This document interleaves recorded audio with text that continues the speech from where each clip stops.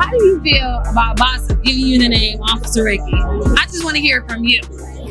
Baby, I'm worth too much money to even be, you know, sidetracked on this topic. What does it take to make a boss snap? Rick Ross, the man who built an empire on cool, calculated confidence, isn't easily rattled. This is a list of 7 artists that managed to rattle Rick Ross. Before we dive into these explosive rivalries, make sure to hit that like button and subscribe to the channel. That way, you won't miss any of our deep dives into hip-hop's biggest clashes and untold stories. The first on the list of artists Rick Ross hated the most is 50 Cent. This isn't just a rivalry, it's the defining hip-hop beef of the late 2000s, a brutal, no-holds-barred war that stretched for years and impacted countless careers. It was a clash of titans, a battle for the very soul of hip-hop's top spot, and it revealed just how far both men were willing to go to destroy the other. The conflict ignited almost immediately after Ross's 2006 breakout hit, Hustlin'. 50 Cent, the undisputed king of hip-hop at the time, having dominated the charts and airways for years, saw Ross not just as a new competitor, but as a fraud whose entire persona was built on a lie. 50, a master marketer and provocateur known for exposing discrepancies in an artist's background, began a relentless, multi-pronged campaign to dismantle Ross's credibility. The core of his attack was Ross's past as a correctional officer. To 50, this was the ultimate hypocrisy for a rapper. No, this is not the G-Unit sneaker. Sorry. Listen, everybody over there at G-Unit, when y'all was... Who built his entire identity on being a kingpin, a boss, who detailed the intricacies of the drug trade in his music. 50 launched a vicious assault, creating instant classic diss tracks like Officer Ricky and I'm Not Rich, Still Lying, and flooding the internet with the infamous photos of Ross in his correctional officer uniform. This wasn't just rapping, it was a strategic siege designed to humiliate and invalidate Ross's entire artistic output. But William Leonard Roberts II, the man behind Rick Ross, did not crumble. He fired back with equal ferocity, understanding that to back down would mean career suicide. His track Mafia Music was a pivotal moment in the beef. It contained the infamous line, "I'm into capering, I'm flying your bitch first class to the Cape Verdean," which 50 Cent interpreted not as a boast, but as a direct and unacceptable threat toward his young son, Marquise. This single line escalated the beef from verbal jabs and lyrical competition to something far more sinister and personal. 50 Cent responded by allegedly threatening Ross's life on a New York radio station, and the feud became dangerously real, involving family and inciting real-world tension where security details were intensified and public appearances were carefully calculated. The war played out across every available medium, in the press, on mixtapes, through social media, a relatively new battleground at the time. I'm deciding to your life up. Rick, bro, I'm gonna your life up. With 50 Cent employing a strategy of sheer volume and humiliation. He even signed Ross's baby mother, Tia Kemp, to a book deal, a move seen as one of the lowest blows in hip-hop beef history. Ross, however, maintained his boss persona throughout, often responding with cooler, more calculated disses. Tracks like Teflon Don and anthems like BMF, Blowing Money Fast, felt less like direct responses and more like victory laps, showcasing his continued commercial success in the face of 50's attacks. He was proving that he could withstand the storm and still win. What makes this hatred so profound and enduring is its longevity and immense impact. It defined both of their careers for a significant period, consuming their creative energy and public personas. While the active hostility has cooled over time, the animosity is etched in stone.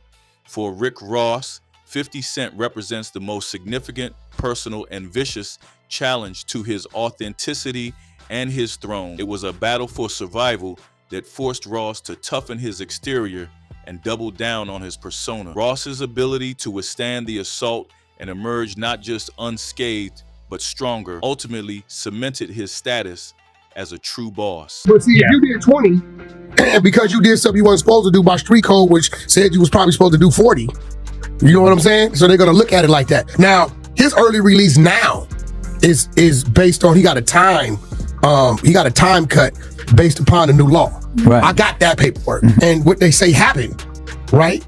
With the third party cooperation for him. They got the document in the paperwork with the Tammy chick where she's saying that she was third party cooperating to get him a time cut, but she ended up having sex with the F-Fed dude. So that's which got Cuffy convicted, but then they took the time cut off your test. The hatred is rooted in a fundamental challenge to his very identity, an attempt to erase him before he even truly began.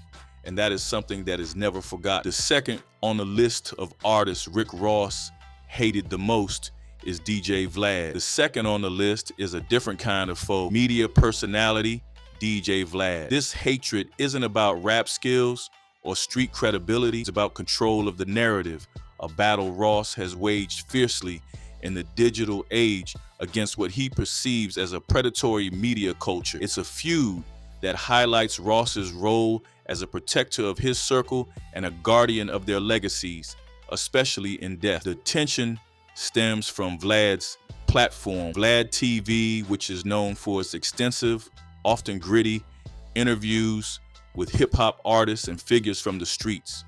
Ross has repeatedly accused Vlad of sensationalism and of exploiting tragic stories for clicks and revenue, viewing his methods as disrespectful and damaging. The beef reached a boiling point over interviews concerning Ross's longtime friend and MMG affiliate, Black Bo. After Black Bo was murdered in 2016 in a shooting that shook the hip-hop community, Vlad conducted interviews with people connected to the case. Ross viewed this as a profound disrespect to his friend's memory and an attempt to profit from his death.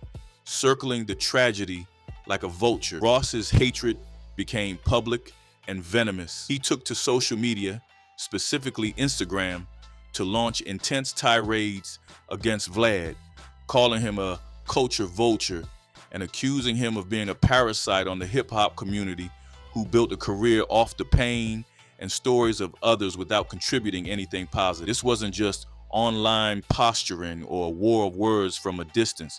The feud turned physical, demonstrating the depth of Ross's anger. In 2015, at a BET Awards after party, Ross confronted Vlad directly. In videos of the encounter that quickly went viral, Ross is seen storming over to Vlad, getting inches from his face, yelling passionately, and having to be physically held back by his security team. The raw emotion on display was undeniable. The message was clear. Ross's disdain was not limited to comment sections. It was visceral, and he was willing to confront the man he felt was disrespecting his fallen friend and his culture in a very real way. The hatred continued to simmer for years. Ross has consistently used his platform to warn other artists against doing interviews with Vlad, framing it as a matter of principle and loyalty to the culture. He positioned himself as a gatekeeper against what he saw as a toxic influence. For Rick Ross, DJ Vlad represents everything wrong with modern media: a lack of integrity, the prioritization of gossip and conflict over truth, and the exploitation of Black pain for profit. This beef is unique because it's not a competition between artists. It's a moral crusade for Ross. You know, hip hop was kind of like really like an outcast kind of culture during that time, and I just kind of got drawn to it, you know, between the music and the breakdancing. It just became my thing, and it just became a lifelong. A fight to protect the legacy and dignity of his circle from what he perceives as a predatory force that threatens the very fabric of the community. DJ Greg Vlad, he trying to set me up. He want me to be a defendant, but it won't work. Can't do Vlad anymore. Vlad is not a friend of and the Vlad, show. man, he's probably hearing this now, but that's my guy. But it's like, I don't like the direction Vlad went in. Like, it's just certain shit just didn't agree with me.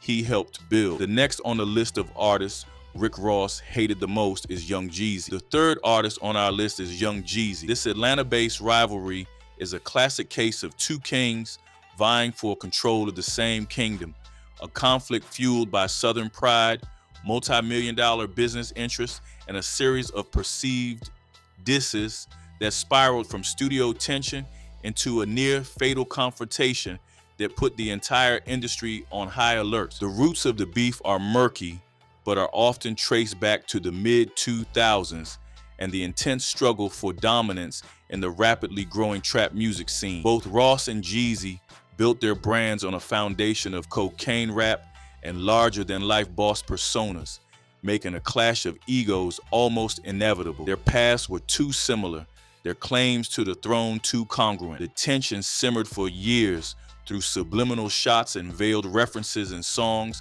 with fans and blogs playing detective, trying to decipher the target of each bar. However, it exploded into the mainstream in 2012 over a beat, specifically the now iconic instrumental for Stay Scamin', produced by Hit Boy. Ross's hit Stay Scammin' featured French Montana and Drake and became an instant anthem, a victory lap of a record. The problem, according to Jeezy, he claimed that Ross had taken the beat from him.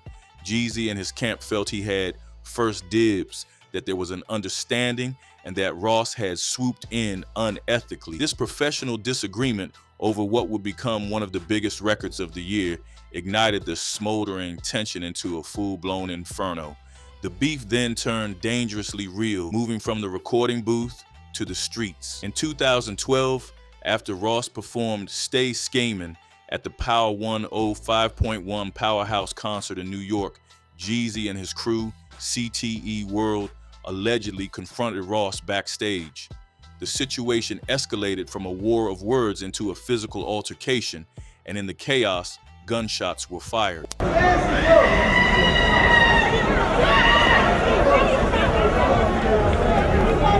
While miraculously no one was seriously injured, the incident sent shockwaves through hip-hop, proving the hatred was far more than just lyrical bravado. It had real-world, life-or-death consequences. This event forced a moment of reckoning within the genre about where competitive spirit ended and genuine danger began. Both rappers then took their battle to the studio with renewed venom. Jeezy put out the diss track R.I.P., a direct and aggressive challenge. Ross fired back with The Plug, where he mockingly thanked Jeezy for the beat and taunted him about his album sales and street credibility, aiming to undermine the very pillars of Jeezy's persona. The hatred was palpable, a toxic mix of professional jealousy, territorial dispute, and genuine personal animosity. While they have since claimed the beef is squashed, appearing together on tracks in subsequent years, the history of violence and the intensity of the disses place Jeezy high on the list of artists Ross has held a deep-seated hatred for. It was a battle for the soul of trap music, and neither boss was willing to concede an inch of their turf. The next on the list of artists Rick Ross hated the most is The Game. The fourth artist is The Game. This West Coast rapper's feud with Rick Ross is a fascinating and brutal sidebar in hip-hop history, a story of a fleeting alliance shattered by betrayal and a diss track so vicious, so deeply personal, that it remains one of the most disrespectful and shocking in rap lore. The beef is intrinsically linked to Ross's epic war with 50 Cent. The Game was originally a foundational member of 50 Cent's G Unit, but had a massive, public, and acrimonious falling out with the group, resulting in one of the most famous beefs of the early 2000s. For a time, this shared enemy made him and Rick Ross unlikely allies, united by a common foe. They collaborated on tracks like Maybach Music 2, presenting a united front against the G Unit machine. However, that alliance was always fragile, built on convenience rather than genuine kinship, and it was short-lived. The fracture occurred when The Game, a rapper known for his volatile nature and insatiable appetite for conflict, felt Ross wasn't showing him sufficient respect or support. He perceived a slight, and for The Game, that was all the justification needed. In response, The Game unleashed what many consider his magnum opus of malice, the brutal 9-minute diss track, The Perp and the Yellow. The song was a scorched earth attack that left no stone unturned. It wasn't just a diss track, it was an autopsy. He mocked Ross's weight with cruel precision, his health graphically referencing his well-publicized seizures, his past as a correctional officer, and most shockingly, his children. The level of personal vitriol was extreme, even by hip-hop's no-holds-barred standards. He crossed lines that are typically respected, aiming to inflict maximum emotional damage far beyond the scope of typical rap competition. You niggas don't want to eat? You niggas don't want to eat? Must not. You niggas starving. You niggas starving. Rick Ross's response was notably more measured but no less pointed. He largely refused to engage in a track-for-track war of attrition with the game. Instead, he dismissed him on records and in interviews, often painting him as an unstable, irrelevant figure, desperate for attention and clinging to relevance by starting fires. Ross took a strategic high road. By not fully engaging, he sent a message that the game was beneath him, that his attacks weren't worthy of a comprehensive, boss-level response. This dismissal, in its own way, was a powerful counterattack. The hatred here is rooted in the bitterness of betrayal. Ross likely saw the game as a temporary ally who, in a quest for drama, turned on him with unprecedented viciousness. The deeply personal nature of the game's attacks, especially the comments about family and health, cross lines that resonate on a profoundly different level. For a boss like Ross, whose image is built on control and power, this wasn't just competition. It was a violation that cemented a lasting and well-founded disdain for an individual he viewed as fundamentally untrustworthy and unhinged. The next on the list of artists Rick Ross hated the most is Ray J. The fifth on the list is an unexpected name that pulled Rick Ross into a tabloid firestorm, Ray J. This feud is less about rap and more about business, loyalty, and a very public love triangle that showcased a more personal, raw side of Ross's anger, one that was divorced from his musical persona and tied directly to his family life. The conflict is inextricably linked to the mother of Ross's child, the model and actress Tia Kemp. The drama ignited when Ray J and Tia Kemp were spotted together publicly on multiple occasions, a development that immediately drew the fierce ire of Ross. As the father of Kemp's child, Ross took extreme offense to Ray J's involvement with his child's mother, viewing it as a direct affront to his family unit and his personal territory. This wasn't about music, it was about his home life. Ross did not handle this quietly or with his usual calculated coolness. He took to social media, specifically Instagram, to launch a series of relentless attacks against Ray J. He mocked Ray J's entire career, consistently calling him a blueprint in a derogatory sense, suggesting he was only famous for his infamous sex tape with Kim Kardashian and lacked any real talent or legacy. The posts were frequent, harsh, and designed purely to humiliate, often featuring unflattering photos and captions that questioned Ray J's manhood and success. The feud escalated beyond the digital realm. Ross recorded a diss track aimed specifically at Ray J, and the two exchanged threats through the media in a series of interviews. At one point, the situation became so heated that Ray J claimed Ross had put a bounty on his head, a serious allegation that, while unproven, illustrated the intensity of the conflict. The situation became a staple of gossip blogs, blending the gravity of hip-hop beef with the salaciousness of reality TV level drama. For Rick Ross, this hatred was deeply personal and primal. It was about his family unit and his pride as a man and a provider. Seeing Ray J with his child's mother was interpreted as a direct challenge to his status and a disrespect to the boundaries of his personal life. While it may seem like a less significant beef compared to his wars with 50 Cent or Jeezy when viewed through a purely musical lens, the raw, visceral nature of Ross's reaction reveals a deep-seated hatred rooted in territory and respect far removed from the music charts. It showed that the boss's triggers weren't limited to the boardroom or the booth. They extended to the most personal aspects of his life. The next on the list of artists Rick Ross hated the most is Wayo. The sixth artist presents the most complex and heartbreaking dynamic on this list. His former Maybach music group protege, Wayo. This hatred is born not from an enemy, but from a broken family. A story of a mentor and mentee whose powerful artistic relationship soured under the relentless pressures of business, miscommunication, and clashing egos. It's a tale of what could have been. Rick Ross signed Whale to MMG in 2011, a major power move that brought the talented, lyrically gifted rapper from Washington, D.C. into his burgeoning empire.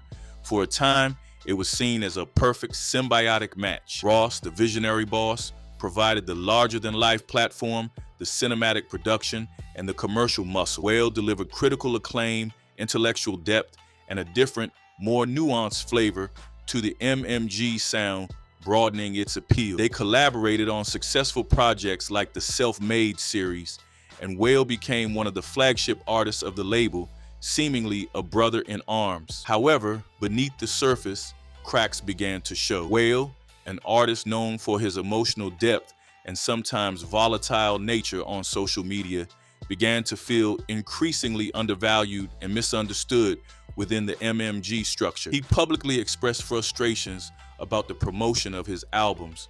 Ever evolving, ain't we? Yep. But I'm doing right now. I'm working on a Go-Go album, and it's kind of like my NERD kind of project, like my separate outside of Wale project. And I got Tinashe, Chris Brown, and a whole lot of dope people that's trying to help me work on it. So I'm working on that right now. But first, I'm doing Self-Made Volume 4 with Rick Ross. I talked to him yesterday. He's doing fine. I know that was somebody else's next question. He's doing great. Most notably, 2013's The Gifted, and what he perceived as a lack of full-throated support from Ross and the label machinery. This culminated in a series of now-deleted, emotionally charged tweets where Whale went on a rant, airing out his grievances with MMG for the entire world to see. Ross, the boss, the CEO, did not take this public display of insubordination lightly. In his world, loyalty is paramount, and airing dirty laundry publicly was seen as the ultimate betrayal. The response was a cold corporate silence that spoke volumes. Ross effectively froze Whale out.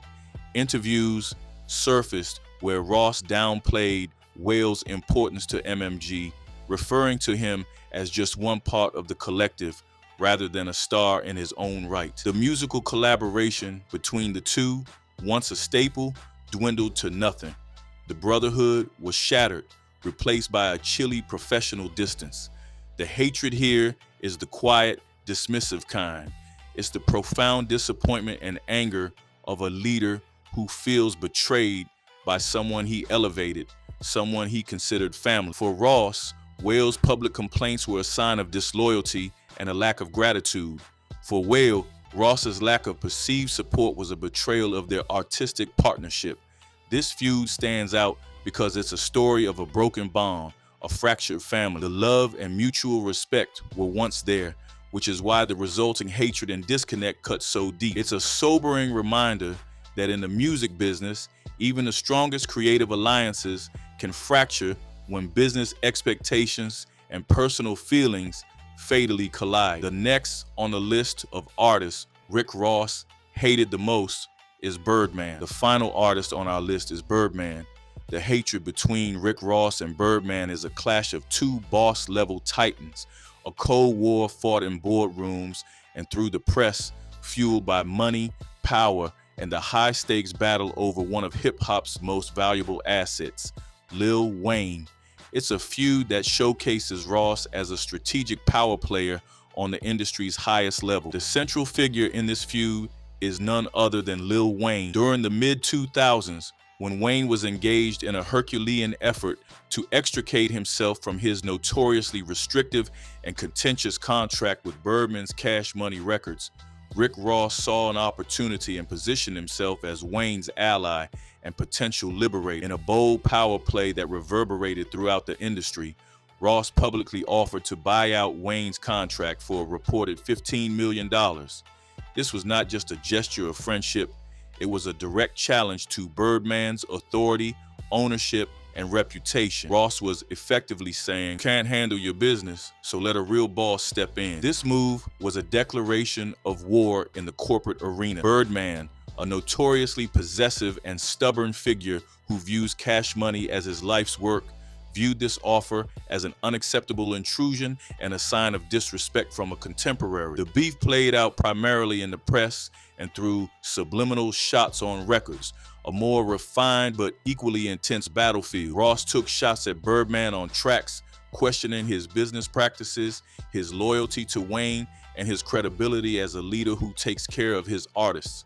Birdman, never one to back down, fired back with his own subliminal disses, defending his empire and his status as an OG in the game. The hatred here is rooted in a battle for power, influence, and industry stature. Ross, the newer boss on the block who had built MMG into a powerhouse in a relatively short time, was directly challenging a veteran like Birdman. How old was Wayne when you found him? Wayne could have been 10, 11. A little bit of it with a pick, and I just saw no fear in him. Yeah. He ain't had no fear. Yeah. And that's what made me really take to him. He wasn't scared.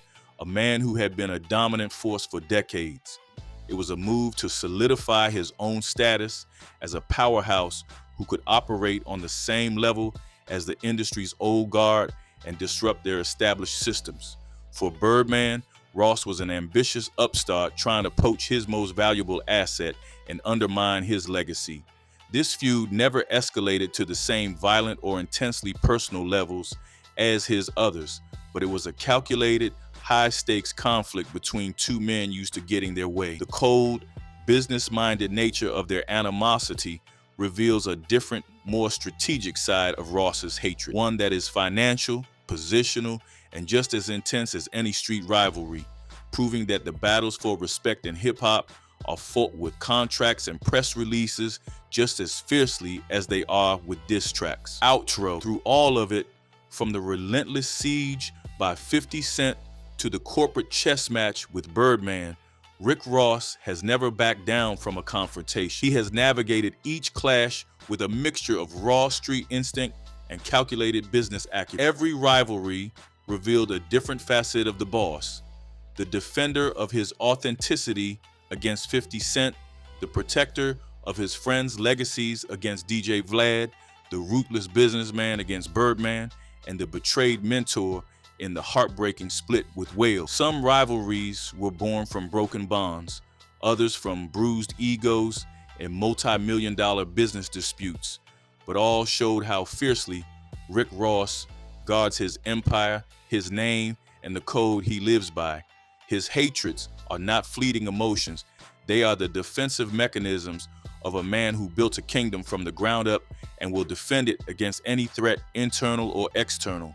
Now it's over to you. Was the all-out war with 50 Cent the most defining chapter in his career? Did the betrayal by the game cut the deepest with its unprecedented personal attacks? Or was the complex, tragic fallout with Whale the most revealing about the pressures of the music industry? Drop your thoughts in the comments, hit like if you followed Rose's battles over the years, and subscribe for more stories about the rivalries that shaped hip-hop.